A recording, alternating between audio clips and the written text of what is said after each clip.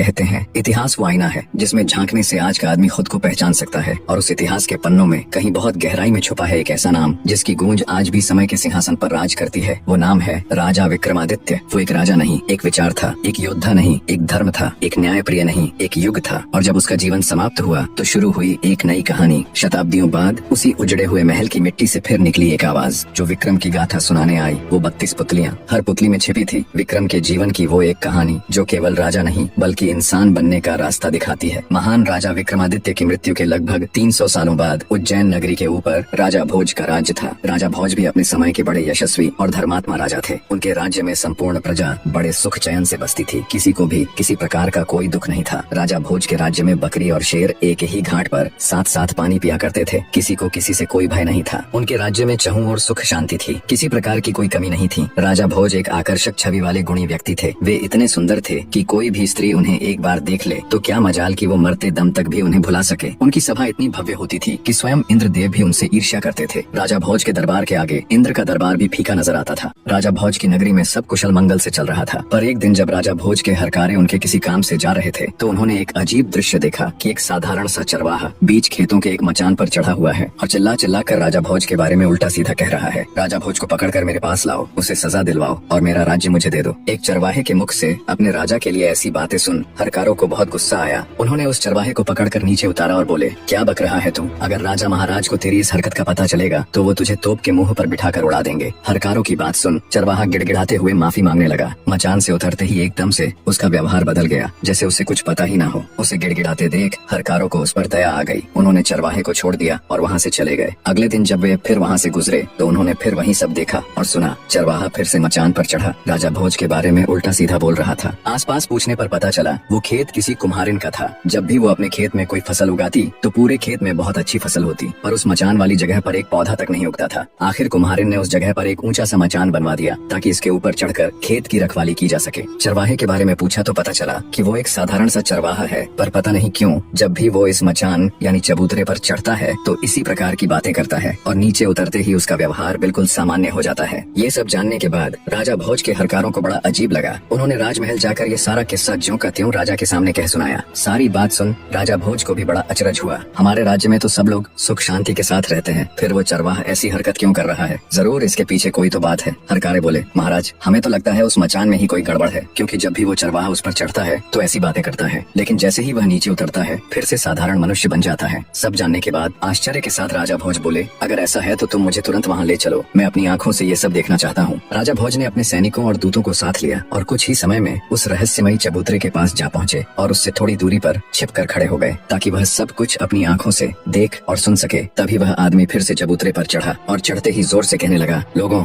जाओ जल्दी से राजा भोज को पकड़कर मेरे सामने लाओ, उसे मार डालो ताकि मैं उसका राज अपने हाथ में ले सकूं। ये सुनते ही राजा भोज गुस्से और हैरानी के मिश्रित भावों से भर जाते हैं, पर वे बिना कुछ कहे चुपचाप अपने हरकारों के साथ वापस महल लौट जाते हैं। पूरी रात उनके दिमाग में यही सब चलता रहा कि उस मचान में ऐसा क्या है जो एक मामूली सा चरवाहा ऐसी हरकत कर रहा है। सुबह होते ही राजा ने अपने मुख्य सलाहकारों और ज्योतिषियों को दरबार में बुला लिया। एक मामूली सा गाय चराने वाला चरवाहा चबूतरे पर खड़े होकर राजा को ललकारता है, उसे अपशब्द कहता है। ये उस रहस्यमयी चबूतरे की ही करामात है या कुछ और? चरवाहे और उस रहस्यमयी चबूतरे की पूरी बात राजा भोज अपने दरबार में उपस्थित सभी सदस्यों को कह सुनाते हैं। राजा भोज की बात सुन दरबार में उपस्थित ज्योतिषी बोले, राजन ये तो कोई चिंता करने वाली बात नहीं है, बल्कि ये तो शुभ संकेत है। महाराज हमें तो लगता है बहुत जल्द आपको कुछ बहुत बड़ा हासिल होने वाला है। ज्योतिष की बात सुन राजा भोज हैरानी के साथ साथ खुश भी हुआ। वो कुछ बोलता इससे पहले ही दरबार में मौजूद विद्वान पंडित भी बोल पड़े, महाराज ज्योतिषी बिल्कुल ठीक कह रहे हैं, आपको उस चबूतरे की खुदाई करके देखनी चाहिए, वहाँ आपको कुछ बहुत बड़ा मिलने के संकेत है। पहले ज्योतिषी फिर पंडित की कही बात सुन राजा भोज को भी ये विश्वास हो गया कि हो न हो उस रहस्यमयी चबूतरे के नीचे कुछ तो जरूर है, अवश्य ही वहाँ खुदाई करवा कर देखनी चाहिए। राजा ने तुरंत अपने राज्य के सभी बेलदारों को वहाँ जाकर खुदाई करने के निर्देश दिए और खुद भी अपने मुख्य सलाहकारों के साथ बड़ी दिलचस्पी लेकर उस चबूतरे के पास पहुँच गया। खुदाई करते करते जब मजदूरों ने मचान वाली जगह को अंदर तक गहरा खोद दिया तब एक सोने का पाया नजर आया। सोने के पाए को देख राजा भोज की आंखें चमक उठी। उसने मजदूरों को सख्त हिदायत दी कि अब आगे की खुदाई बड़े ध्यान से की जाए। शीघ्र ही धरती के अंदर मौजूद उस सिंहासन के चारों पाए नजर आने लगे। राजा सहित वहाँ मौजूद सभी हैरान थे। खुदाई पूरी हुई तो जमीन के अंदर दबा हुआ एक विशालकाय सिंहासन बाहर निकला। राजा के हुक्म पर मजदूरों ने बड़े ध्यान से सिंहासन को बाहर निकाला। बाहर आने पर जब राजा भोज ने उसे देखा तो वो मंत्र मुग्ध सा हो गया। ऐसा कुछ उसने आज से पहले कभी नहीं देखा था। वो विशालकाय सिंहासन जो धूल मिट्टी में सने होने के बावजूद भी अपनी अलग ही छठा बिखेर रहा था। अचंभित से राजा भोज ने मजदूरों को कहकर उस दिव्य सिंहासन को अपने राजमहल में रखवा दिया। राजमहल में स्थापित करने के पश्चात जब अच्छे से सिंहासन की धूल मिट्टी पोंछकर उसे धोया गया तो वो बिल्कुल चमक उठा। उस चमकते हुए सिंहासन को जब राजा भोज ने देखा तो उसका मुंह खुला का खुला रह गया। जिस किसी ने भी उसे देखा वो बस उसे देखता ही रह गया। उसकी चमक ऐसी थी कि उसे एक नजर देखी तो आंखें चौंधिया जाए। वो विशालकाय सिंहासन किसी अजूबे से कम नहीं लग रहा था। ऐसा लग रहा था जैसे उसे किसी कारीगर ने नहीं बल्कि खुद उस ईश्वर ने तराश कर अपने लिए ही बनाया हो। उसके चारों तरफ 8-8 पुतलियां थीं। हर एक पुतली अपनी अलग ही छठा बिखेर रही थी, पर कुछ कुछ जगहों से उसके दिव्य रत्न हट गए थे। राजा भोज ने तुरंत अपने शिल्पकारों को हुक्म दिया कि जितना भी धन चाहे ले लो, जितने भी रत्न चाहिए ले लो, और जल्दी से जल्दी इस सिंहासन को तैयार करो। लगभग 6 महीने में देश के कोने कोने से हूबहू सिंहासन में लगे हुए रत्नों जैसे ही रत्न खोजकर शिल्पकारों ने उस सिंहासन को पूरी तरह तैयार कर दिया। धरती के अंदर से निकला वो जादुई सिंहासन जब पूरी तरह तैयार हो गया तब राजा भोज उसे देखने के लिए आए तो उन्हें अपनी आंखों पर विश्वास नहीं हो रहा था कि वो ऐसा कुछ देख रहा है। उस दिव्य सिंहासन को देख भोज को लगा जैसे उस ऊपर वाले ने बड़ी फुर्सत से सिंहासन को तराश कर सिर्फ और सिर्फ उसी के लिए बनाया है। ये शायद उसके इतने अच्छे कर्म थे कि वो ईश्वर उस पर मेहरबान हुआ है और उसे ये दिव्य सिंहासन भेंट किया है। अपने मन में ऐसा विचार कर राजा भोज ने पंडितों को आदेश दिया कि एक शुभ मुहूर्त और उत्तम तिथि निश्चित करें ताकि वह स्वयं उस दिव्य सिंहासन पर बैठ सके। यह सुनकर पंडितों ने विचार विमर्श करके कार्तिक महीने में एक अत्यंत शुभ दिन और लग्न तय किया। वह तिथि हर प्रकार से उत्तम थी। पंडितों ने कहा, हे राजन, उस दिन आप सिंहासन पर विराजमान हो सकते हैं। समय अपनी गति के साथ बीता और आखिर वो शुभ दिन भी आ ही गया जब भोज को उस दिव्य सिंहासन पर विराजमान होना था। राजा भोज ने इस शुभ दिन को बहुत बड़ा बनाने की सोची। वो इस दिन किसी प्रकार की कोई भी कमी नहीं छोड़ना चाहता था। उसने अपने राज्य के सभी छोटे बड़े राजा, विद्वान पंडित, जादू टोने के जानकार, दूर दराज के प्रतिष्ठित व्यक्ति सभी को निमंत्रण भेजा। स्वयं राजा ने स्नान किया और उत्तम वस्त्र धारण किए। वेद पाठी पंडित वेदों का उच्चारण करने लगे, गंधर्व मधुर गीत गाने लगे, भाट राजा की वीरता और यश का बखान करने लगे और विविध प्रकार के वाद्य यंत्र बजने लगे। पूरे महल में आनंद उत्सव की लहर फैल गई। जो भी अतिथि आए थे उनका भव्य स्वागत हुआ। ब्राह्मणों को गांव दान में दिए गए, युवाओं को स्वादिष्ट भोजन और जो कुछ उन्होंने मांगा वह प्रदान किया गया। गरीब लोगों को वस्त्र भेंट किए गए, आम जनता को इनाम और भेंट दी गई। सारा नगर दान दक्षिणा और नेकी से भर गया। शाही सेना को विशेष भोजन और इनाम मिले। राजा के अपने खास सेवकों को अलग अलग प्रकार की कृपा और नवाजिशें दी गयी। संक्षेप में कहें तो जो भी लोग उस सभा में उपस्थित थे वे सब जय जयकार कर रहे थे। नगर के छोटे बच्चे से लेकर बूढ़े तक, गरीब से लेकर अमीर तक, सब राजा भोज की कृपाओं से खुशी से झूम रहे थे। सभा के बीचों बीच वह दिव्य सिंहासन स्थापित था। राजा भोज अत्यंत प्रसन्न मन से भगवान श्री गणेश का स्मरण करते हुए सिंहासन के पास जाकर खड़े हो गए। जैसे ही राजा ने सिंहासन पर चढ़ने के लिए अपना दाहिना पैर बढ़ाया तभी सभी पुतलियां खिलखिलाकर हंस पड़ीं। सिंहासन में लगी निर्जीव पुतलियां हंसी। ये किसी अचंभे से कम नहीं था। कुछ समय पहले जहाँ नाच गाना राग रंग हो रहा था वहाँ एकदम से घोर सन्नाटा पसर गया। सबके मुंह भारी आश्चर्य से खुले के खुले रह गए। किसी को भी समझ नहीं आया कि ये हुआ तो आखिर हुआ क्या। राजा भोज भी एकदम सन्न पड़ गए, मानो पत्थर के बने हों। उनका मुंह पीला पड़ गया और गला एकदम सूख गया। घबराहट और शर्मिंदगी के मिश्रित भावों ने उन्हें घेर लिया। उनके आश्चर्य की सीमा नहीं थी। मारे शर्म और भय के राजा भोज तो जैसे धरती में घुसे जा रहे थे। आगे बढ़ाया हुआ अपना दाहिना पैर उन्होंने तुरंत पीछे खींच लिया।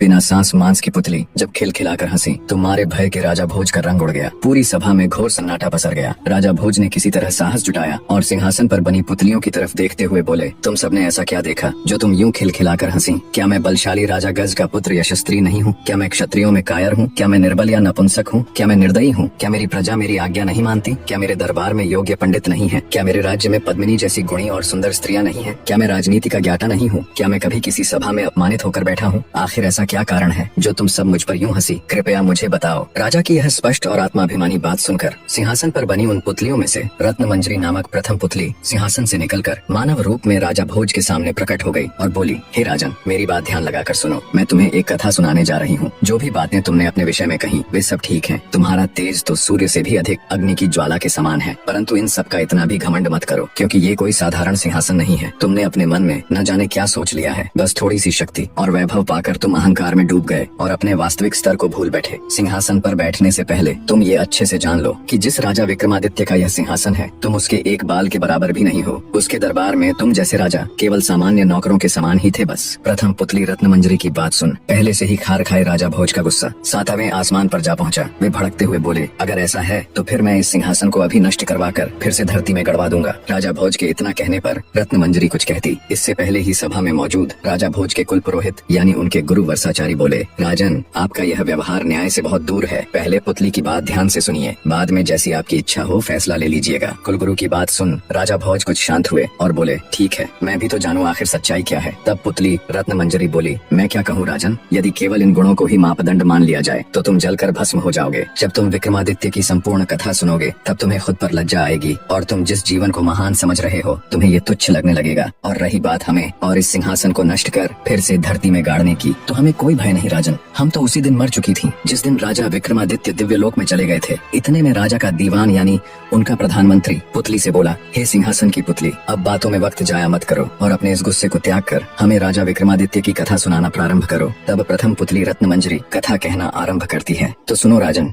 एक राजा की 4 रानियां थीं। राजा गंधर्व सेन जात पात में बिल्कुल भी विश्वास नहीं रखते थे, इसलिए उन्होंने उस समय समाज में मौजूद सभी 4 वर्गों यानी 4 जातियों की कन्या से विवाह कर लिया। उसकी 4 रानियों में एक ब्राह्मण, दूसरी क्षत्रिय, तीसरी वैश्य यानी बनिया और चौथी शूद्र यानी मजदूर जाति से थी। उसे ब्राह्मणी से एक पुत्र हुआ जिसका नाम ब्रह्मजीत रखा गया। क्षत्राणी से 3 बेटे हुए, एक का नाम शंख, दूसरे का नाम विक्रमादित्य और तीसरे का भर्तहरि रखा गया। वैश्य से एक लड़का हुआ जिसका नाम चंद्र रखा गया और शूद्राणी से धन्वंतरी नामक पुत्र हुआ। समय बीता और उसके सभी लड़के जवान हो गए। राजा गंधर्व सेन ने ब्राह्मणी से पैदा हुए ब्रह्मजीत को राज्य का दीवान नियुक्त कर दिया, पर ब्रह्मजीत के दीवान बनते ही राज्य में अशांति फैल गई, जिसे ब्रह्मजीत संभाल न सका और राज्य छोड़कर चला गया। ब्रह्मजीत के राज्य छोड़कर जाने के बाद राजा के दूसरे पुत्र शंख को संदेह था कि अब उसका पिता कहीं उसके भाई विक्रमादित्य को अपना उत्तराधिकारी न चुन ले, क्योंकि विक्रमादित्य को हर क्षेत्र में महारत हासिल थी। हर तरह से निपुण होने के कारण राजा का मोह सबसे अधिक विक्रमादित्य में ही था। इसी के चलते एक दिन शंख ने अपने पिता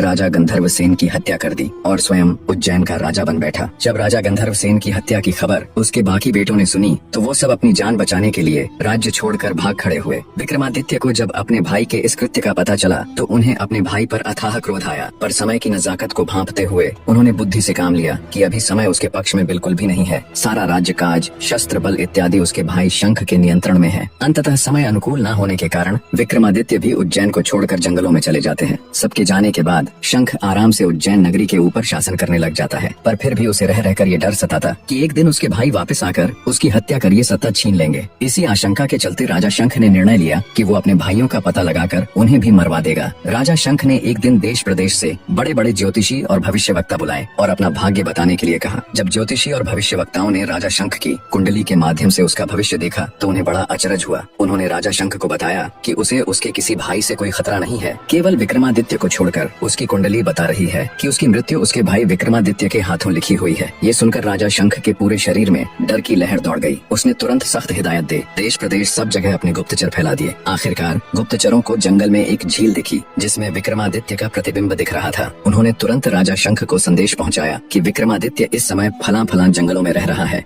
राजा शंख को जब विक्रमादित्य का पता चला कि वो जंगलों में रह रहा है तो उन्होंने तुरंत एक तांत्रिक को बहुत से धन का लालच देकर बुलाया और उसके साथ मिलकर विक्रमादित्य को मारने की योजना बनाई। योजना के अनुसार तांत्रिक जंगलों में विक्रमादित्य के पास जाकर उसे देवी काली की पूजा करने के बहुत से लाभ बताकर उसे पूजा करने के लिए राजी कर लेगा। जब वे इस क्रिया के लिए सहमत हो जाएंगे तब देवी आराधना के अंतिम चरण को पूरा करने के लिए तांत्रिक उन्हें सिर झुकाकर आराधना संपन्न करने को बोलेगा। जैसे ही विक्रमादित्य अपना सिर झुकाएंगे वैसे ही पेड़ों की आड़ में खड़ा राजा शंख उनका सिर धड़ से अलग कर देगा। योजना बना उसे अंजाम तक पहुँचाने के लिए तांत्रिक जंगलों की तरफ चल पड़ता है। थोड़ी दूरी बनाकर राजा शंख भी उसके पीछे पीछे हो लेते हैं। जब तांत्रिक जंगल में जाता है तो उसे विक्रमादित्य वहाँ मिल जाता है। योजना के अनुसार तांत्रिक उन्हें पूजा अर्चना के लिए सहमत कर लेते हैं। जब आराधना के अंतिम चरण में तांत्रिक ने उन्हें सिर झुकाने को बोला तो विक्रमादित्य को कुछ संदेह हुआ। उन्होंने इशारा कर पहले तांत्रिक को ये क्रिया करके दिखाने के लिए कहा। जैसे ही तांत्रिक ने उसे दिखाने के लिए अपना सिर झुकाया तो रात के अंधेरे में आड़ में छिपे राजा शंख को लगा यही विक्रमादित्य है। वे फुर्ती के साथ निकले और अपनी तलवार के एक ही प्रहार से तांत्रिक की गर्दन धड़ से अलग कर दी। खतरे के अंदेशे से पहले से ही तैयार खड़े विक्रमादित्य ने